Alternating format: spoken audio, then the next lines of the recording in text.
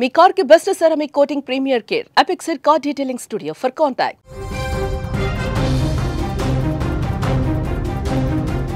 హైదరాబాద్లో అత్యంత దారుణ ఘటన చోటు చేసుకుంది.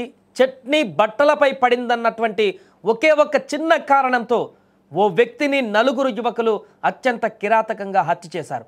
అర్ధరాత్రి లిఫ్ట్ ఇచ్చి కారులో గంటల పాటు చిత్రహింసలకు గురి చేసి చివరకు ప్రాణాలు తీశారు.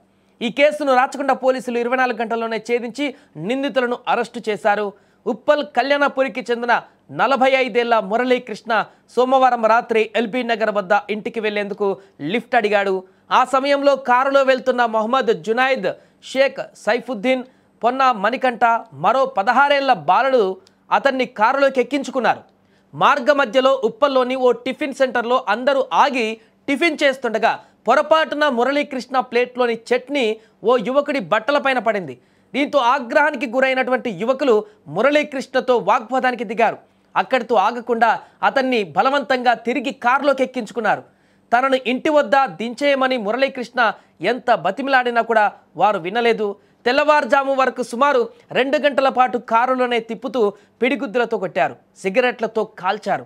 చివరకు 4:30 సమయంలో నాచారం పారిశ్రామిక వాడలోని తెలంగాణ ఫుడ్స్ సమీపంలోని నిర్మానుష్య ప్రాంతానికి తీసుకువెళ్లారు. అక్కడ కారులోనే కత్తితో విచక్షణ రహితంగా పొడిచారు. వారి నుంచి తప్పించుకునేందుకు మురళీకృష్ణ అతి కష్టం మీద కారులో నుంచి దూకి పారిపోయే ప్రయత్నం చేశాడు.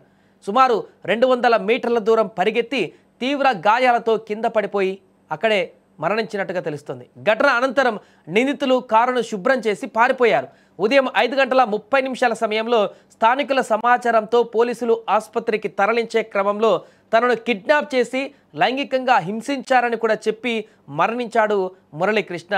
చివరి స్టేట్మెంట్ ఆధారంగా తెలుస్తుంది. ఇక దీంతో రంగంలోకి దిగినటువంటి పోలీసులు సీసీ కెమెరాలతో పాటు సెల్ ఫోన్ సిగ్నల్స్ ఆధారంగా గాలింపు చర్యలు చేపట్టి 4 నిందితులను అదుపులోకి తీసుకున్నారు. వారి నుంచి కారును, హత్యకు ఉపయోగించిన కత్తిని స్వాధీనం చేసుకున్నారు. నిందితులను రిమాండ్కు తరలించగా బాలుడిని సైదాబాద్లోని జువైనల్ హోమ్కు పంపినట్లుగా పోలీసులు తెలిపారు. ఏదేమైనా కూడా హైదరాబాద్లో జరిగినటువంటి దారుణ ఘటన సంచలనంగా మారింది. కేవలం చట్నీ మీద పడిందనేటువంటి కారణంతో గొడవ స్టార్ట్ అయిపోయింది. ఆ గొడవ కాస్త అతన్ని బలవంతంగా కారులో మరలా అటువైపు తీసుకువెళ్ళేటువంటి పరిణామానికి దారితీసింది. ఆ తర్వాత ఈ గొడవ కారణంగా ఆ 4 వ్యక్తులు మురళీకృష్ణ పైన తీవ్రమైనటువంటి దాడి చేసి కత్తిపోట్లతో హింసించి, అంటే ఆల్రెడీ కత్తి వారి చేతులు కారులో ఉందంటే ఖచ్చితంగా వీళ్ళు క్రూయల్ మైండెడ్తో ఉన్నట్టుగానే కనపడుతుంది. ముందుగానే ఆల్రెడీ కత్తులు క్యారీ చేస్తున్నట్టు కనపడుతుంది. ఈ కారణం చేతనే ఆ చట్నీ పడిందనే కారణం చేత అతనిపైన తీవ్రంగా దాడి చేసి కత్తితో పొడిచి చంపేసినటువంటి దుర్ఘటన వెలుగు చూసింది ఉదయాన్నే. ప్రస్తుతం ఈ వార్త సంచలనంగా మారింది. దీనికి సంబంధించి వెంటనే కేసు నమోదు చేసినటువంటి పోలీసులు ఆ నిందితులను కూడా 24 గంటల్లోపే పట్టేసుకున్నారు. మొబైల్ ఫోన్ సిగ్నల్స్ ఆధారంగా ఆ యొక్క నిందితులను పట్టుకున్నట్టుగా తెలుస్తుంది. దీనిలో ఒక మైనర్ కూడా ఉండడం ఇక్కడ గమనార్హం. మిగతా వారిని కూడా అరెస్ట్ చేసి ఇప్పుడు దర్యాప్తులో భాగంగా మరిన్ని వివరాలు సేకరించి కోర్టుకు సబ్మిట్ చేయనున్నారు.